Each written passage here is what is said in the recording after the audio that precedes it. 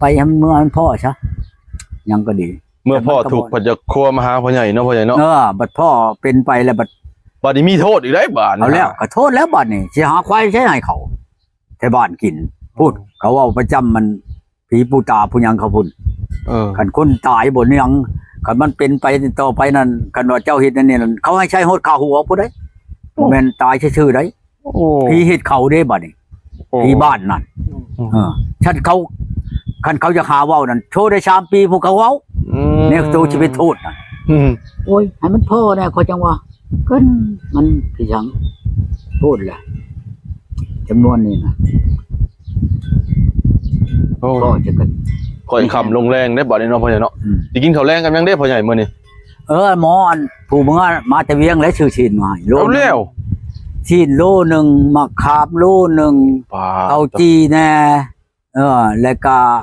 พี่สังน้ำหวานมันมาให้น่ะหลายเติมข้าวจีเวียงจันทน์บ่พ่อใหญ่ข้าวจียาวๆบ่เกือบเม็ดนึงครับบ่โอ้เม็ดนึงได้ข้าวจีวันนี้พูดแล้วเห็นบ่ผู้นี้ชำรุดแบกเอาเลยพ่อใหญ่เอ้ยมันใหญ่อะแบกเลยเอาให้อันทุกมันมาคุณอันเฮือนให้ก็ข้อนึงของผมเนี่ยเขาแม่นแล้วพ่อใหญ่แล้วก็ได้เว้าเลยนำมันชุมมาคูณนี่ถ้าว่าพ่อใหญ่นี่ไปแล้วให้เจ้าเบิ่งเฮือนเบิ่งอันนี้ให้เล่านี่เด้อหมอโยคือ1 2 แสนแล้วก็พอดูไป5 มื้อก็ล้าน1เนาะตกลงสิขึ้นมื้อได้พ่อใหญ่ขึ้นเวียงนะถ้าเราเมื่อนี่แล้วโทรเอาแล้วก็ขึ้นไปแหละเอาแล้วเรื่องเงินลดเงินหยังนี่แม่นเราจ่ายเบิดนะแปลว่าเฮาออกไปจะพี่แล้วก็เราสิไปถ่ายอยู่คิวรถเรานั่นบ่เลยไปยามนี้เนาะพ่อใหญ่เนาะจ่ายค่ารถค่าหยังโยไปก็ไปกว่าฉะนั้นอยากไปแหละแฮงอยากมีหมู่ไปนำแหละเนี่ยว่าป้าพ่อใหญ่บ่ได้เด้นั่นเนาะไปผู้เดียวก็นั่นเนาะถ้าเชิญเพิ่นบ่ไปก็ยังมาหาคู่มื้อความคาดแม่นบ่มีแล้วพ่อใหญ่ข่อยอยากให้หมู่เจ้ามาทันมากันเราก็นั่งอยู่นี่แหละกับหลานเราก็นั่งอยู่หั่นผู้หญิงบ่พ่อใหญ่ผู้หญิงบ่ผู้ชายใช่หลานน่ะกับผู้ชายผู้มาหาเอาเราน่ะกับหลานเพิ่นมาแต่เช้ามามื้อนี้เลยบ่เนาะพ่อใหญ่มามื้อนี้แล้วเพิ่นมาแต่เช้าบ่พุ่นนี้ 9 โมงแล้วฮอดพี่โอ้แต่เช้าเติบแล้ว9 โมงเนาะมาแล้วเราก็ชื่อมะขามแน่ชื่ออันนั้นอันข้าวจีนั่นยังว่าเราเอามาแต่เวียงพุทธเพิ่นซื้อนมมาให้อยู่บ่พ่อใหญ่นมมาฮอดข้าวจีนะบ่มีนมโอ้อันนี้รายการอันนั้นอีกเด้อันชิ้นอีกเด้ก็สิวังโลแล้วก็อันเมียมอนผู้มาพูนอันนี้แล้วให้ขึ้นไปเฮ็ดกินน่ะว่าสิมาหาพ่อใหญ่อยู่พ่อใหญ่พัดขาย่อเสาย่อซอยน้อมก็ว่าบ่แลมาบ่วะยังบ่เห็นโอ้ว่ะหมอนั่นก็ดีว่าอยากมาคือกันคันแม่นว่าเจ้าอันลงมาน่ะก็สิมาน่ะหมอน้อมสิมาอยู่ดอกบ่เละบ่มาแล้วบ่มาอีกบ่นะครับบ่อยากมาได้แล้วบ่พ่อใหญ่บ่มีหมู่ก็บ่อยากมาได้หมอนั่นบ่เละมาพอดีแล้วบ่เละงัวพ่อใหญ่มาเด้อคอกเด้องัวพ่อใหญ่มาแล้วพ่อแม่พี่น้องเอ้ยเดี๋ยวบ่เละใช้เบิ่งงัวพ่อใหญ่พุ่นอ๋อเป็นชิบชาพุ่นได้พ่อแม่พี่น้องเอ้ยพุ่นชิบชาตัวโหตัวนั้นเป็นตะแพงพุ่นแล่นกุ่นๆอยู่งัวน้อยสาวงวด7 ตัวเลี้ยงแม่นี่แหละยังบ่ได้มาช่องนั่นพ่อใหญ่เนาะเอามาแล้วก็9 ตัวลูกชายว่าขอตัวนี้เมื่อเคยว่าเอาไปยังอันอยากเอาเมื่อผูกแขนลูกมันเมียได้ลูกนี่เลยที่เอาเมื่อผูกแขนเนี่ยมีแต่งัวมีแต่ต้องเถิกเนาะพ่อใหญ่เนาะต้องเถิกมาจุ่มหน่อยเถิกได้นั่นทำเถิกมีคนติดต่อมาใช่พระเจ้าแชทเฮามาหาเฮามื้อคืนว่าเฮานะใครยาดีมานิ้วมาไขลังมีแหละแล้วก็เสร็จมาเสร็จไปเสร็จมาเขามีมาบ่แม่ก็นิ่มมาหาทางสนุกเขาคิดว่าสนุกนี่นะใครอันยาดีบ่ได้ขายได้เอาเลยบูชาเนาะแปลว่าคันไผเป็นแล้วเอาไปปัวโลดมียาอยู่15 อย่างอยู่ในกับอันนั้นกับอันทางไม้นั่นแปลว่ามาเช่นมาอันนั้นกันแลก็เรื่องคุ้มค่ายนี่ก็คันเว้ากันนั่นก็บัดเช้าพุ่นแล้วจังปวดมันบ่แม่นว่าสิเอาให้กินอยู่ดอกมี15 อันฮอดกระดูกมีแต่กระดูกนะกระดูกบางกระดูกจักแม่นกระดูกยังแน่ของหักไม้บ่แม่นหักไม้เดี๋ยวนี้หักไม้ตั้งแต่ปู่พุ่น แต่พอเท่าพุ่นเอาไม้อันนี้น่ะ ทำไมแต่โดนแต่นานแล้วเนาะพ่อใหญ่ มันเอาไม้มูล อ๋อผ้าห้องบึ้มบ้าน เฮาก็งงเพิ่นที่ว่าเพิ่นแชทมาว่าสนุกบ่ว่าเจ้าใครหาใหม่ดีนิ้วมาใครล้างบ่เพิ่นถาม บอกเขาโลดตู้ก้อน ทางเฮา มีหักไม้น่ะตู้ก้อนมี เฮาลืมคิดว่าเป็นเจ้า เออ แล้วเฮาก็ถามเพิ่นไปถามเพิ่นมาว่าเอาคือหูเบอร์จังซั่นจังซี่นะ มื้อนั่นคอยเอาออกมาเบ้าแล่บ่เบิ่งนำน่ะหรือว่าหมอหนอมบ่บน จาก ไม้ จังหวะลืมเลยพ่อใหญ่2ห่อบ่ ฮะ 2ห่อบ่ บ่ได้เป็นห่อมันเป็นกับอยู่เด้ค่อยกับอันนั้นนะกับเขาใช้ไฟฉายนั่นคุมนั่นค่อยใช้หันเมียนนี่นี่ โอ้ยันบ่แม่นเบาแหล่ดอกยันผู้อื่นแล้ว เบาน้อมบ่น้อม อืม แม่นแหละค่อยเลยบอกบ่น้อมว่าถ้าไปเป็นนิ้วนั่นนิ้วถึงบีหน่วยมักคันหลังนิ้วนับแต่ว่านิ้วในกระตูนั่น เจ้า แปลว่าพ้นแล้วบ่ได้คันว่านิ้วปูนแม่นบ่นิ้วหิน โอ้ คันนิ้วหินนี่ก็ทิ่มมันหินลงไปใช่นี่ระหว่าง10 เช้านาทีนี่เปื่อยคือกันกับปูนในโลด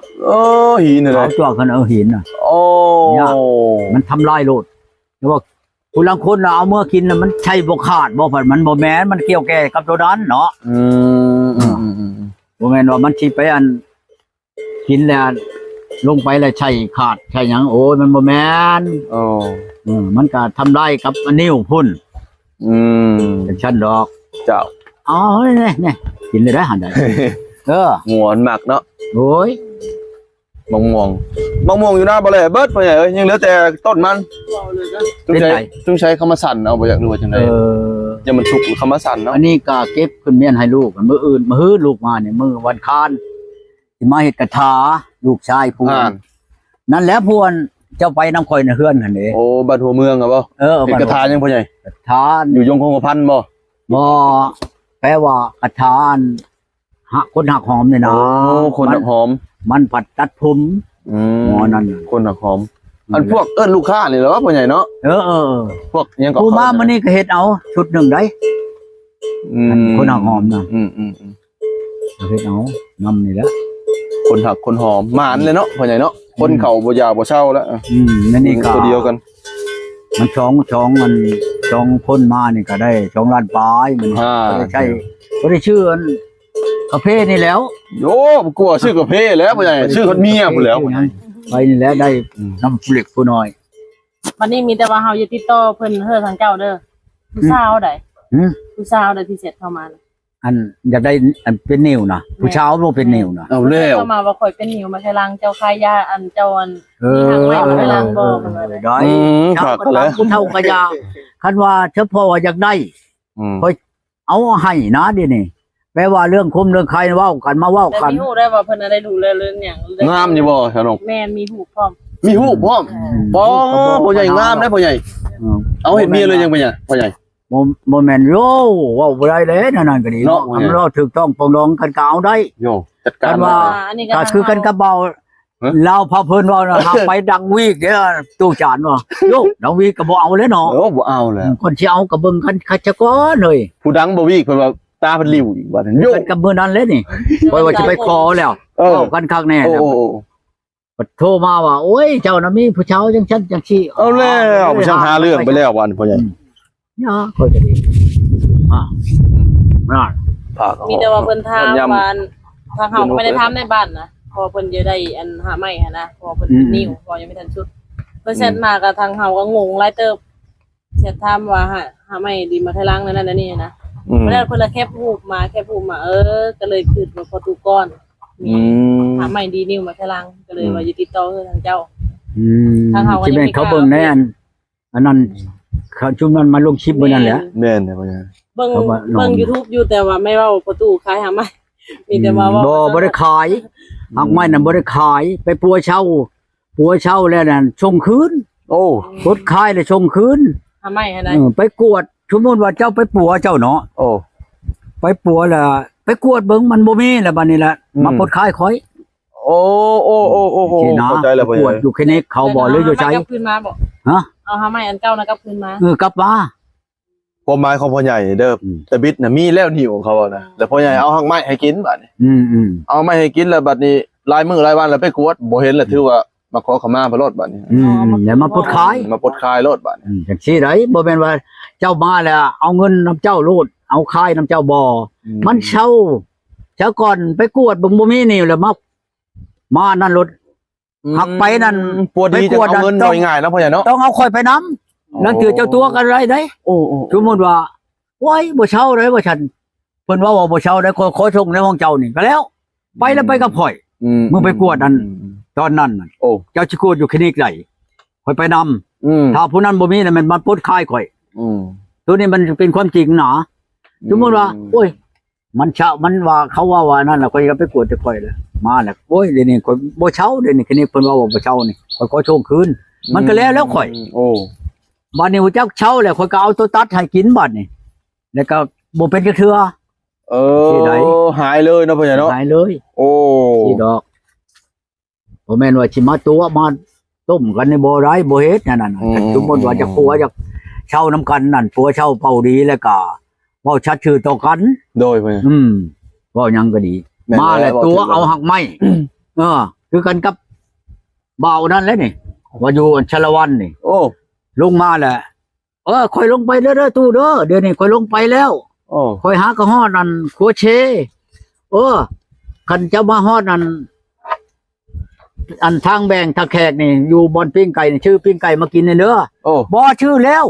เออ บัดมาค่อยถามเบิดมือก็บ่เห็นโทรหาก็บ่รับเดี๋ยวนี้น่ะ เอาเลย หมอนั่นน่ะค่อยจะว่าคือกันกับผู้มามันนี่จะคือกันกับเจ้าบ่แม่นเหรอเราเบิ่งบ่แม่นค่อยเหรอนี่ อืม เดี๋ยวเรา ตัว นี่ก็ พ่อใหญ่เนาะ ตัว ใส่คองมันเป็นยังพ่อใหญ่ โย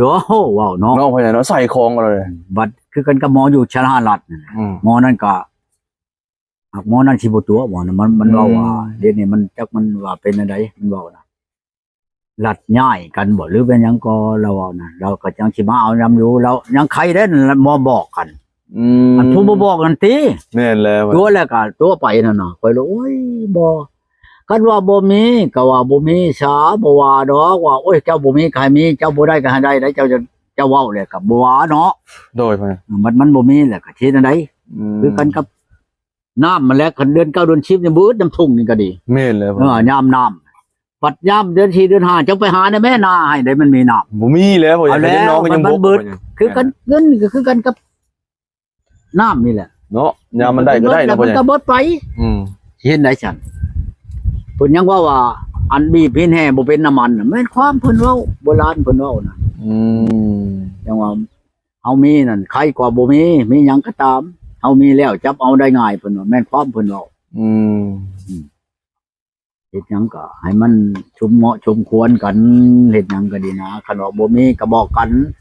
เฮาก็บ่เป็นอันคล้อง อันคือกันกับบ่าวอันนั้นโทรมาเฮ็ดแล้วเด้อตู้เด้ออันแนวอันข่อยอยากได้นั่นข่อยก็เฮ็ดแล้วเนาะวันคานข่อยเฮ็ดแล้วเด้อนี่เฮ็ด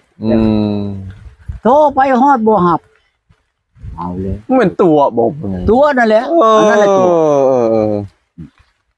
มีแต่เฮาจะโทรเฮาจะคุยกันกับเราเองเด้อเพราะว่ากันเฮามาหาเจ้ามื้อนี้เราจะโทรเรากับเจ้าคุยกัน ว้าวโลดโทรโลดข่อยก็สิคุยกันกับเรา ไม่ดีมันลังนี่แหละเฮาก็ไม่ได้ทำยาวหั่นนะ มีแต่โทรเฮาก่อน โทรใช้เบิ่งโลดสิเว้าสิเราอยู่บ้านใดมาเอาโลด จะได้เรานะ โอ้ยใช้เบิ่งรูปนะฮะ โอ้ยบ่ พ่อแม่พี่น้อง เอาเลยได้บัดนี้โอ้ นั่น เอาเฮ้ย อ๋อคนมากำงามหนึ่ง โอ้ รู้จังเลย งานป๋อตัวเบิ่งกับพ่อใหญ่ก่อนป๋อพ่อใหญ่หมักขนาดแล้วนี่พ่อใหญ่น่านเห็นบ่นี่ฮะโอ้ โอ้โทษนี่เบิ่ง คนเบาเล่ยังหมักแต่พ่อใหญ่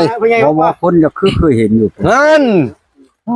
เบิ่งให้โทร คนอยู่ไสเนาะบ่นี่เนาะ ถ้าถามมนุษย์ชาวหนุกถามมนุษย์เราอยู่บ้านใด เพราะว่าเพิ่นเป็นนิ้วตอนนี้นะ พ่อเพิ่นเป็นนิ้ว ตอนนี้เพิ่นเอง เราเองบ่หรือว่าพ่อเรา ครั้งแรกเพิ่นว่าว่าเจ้าใครยาปัวนิ้วมาทะลังบ่เฟซเจ้าแม่นบ่ ป๋อฝนตกแน่เลยพ่อแม่พี่น้อง เป็ เอ้ย นนิ้วเราว่านั่นนะ รถบ่แล่บ่ได้ไปเชียงไว้อยู่พุ่นเลย ถามเราบ่รู้ เป็นยังวะ